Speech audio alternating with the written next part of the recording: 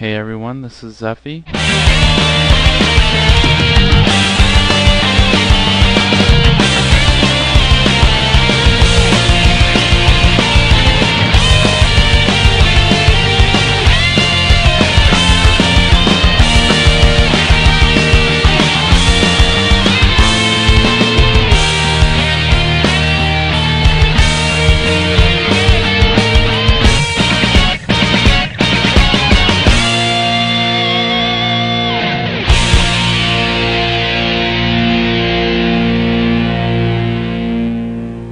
Hey everyone, welcome back to week 10 on my bi-weekly Kingdom Hearts card review.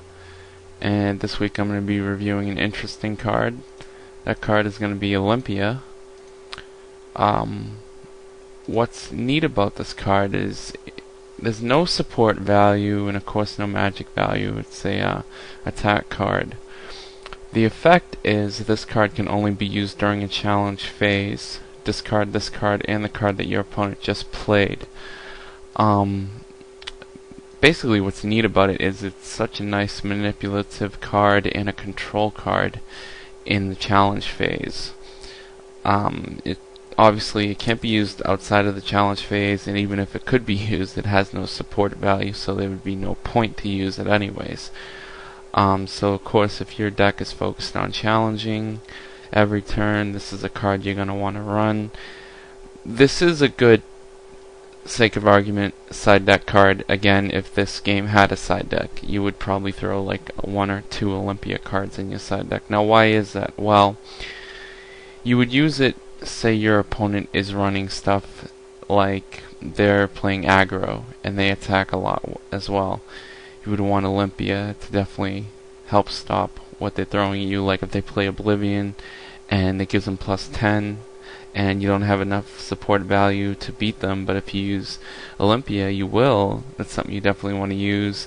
If they play Fairy Harp and then like Moogle or something to subtract their attack value and then switch it with yours, you could use Olympia to counter that. So it's definitely useful for answering some of those attack structured decks that will throw weird strategies that you like that, or even if they don't use Fairy Harp, if they're just aggressive every round with Soul Eater, you can get rid of Soul Eater, and maybe you don't win the challenge but you eliminate Soul Eater, so you don't lose 2 HP that turn, you only lose 1 instead, just to get rid of Soul Eater, because there's only 3 Soul Eaters per deck, and if you can answer 1 or 2 of them, and if you're running healing cards, even if you're not running healing cards, if you can just delay the speed that your opponent will gain from using Soul Eater, you can definitely take advantage of that. So Olympia is very helpful.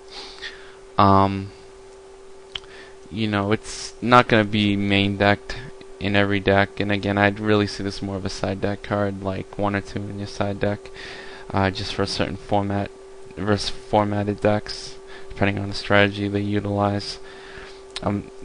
You wouldn't main deck this, and I can't stress that enough, because what if you play World Rush? Olympia is probably not going to be useful at all, so it doesn't work against every deck. It may not even work versus Jack of all trades either, depending on what kind of cards they're running.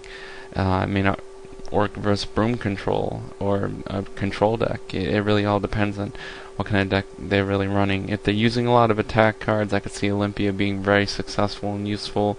And if they're using kind of a lot, or if they're using kind of a weird strategy, you can throw Olympia in there and definitely answer some of the cards they're playing versus you, so you don't get taken advantage of. But again, I would take heed when I look at Olympia and consider it for use in my deck, and I recommend that to anybody. It's not a top tier card, but it's definitely probably about a secondary or third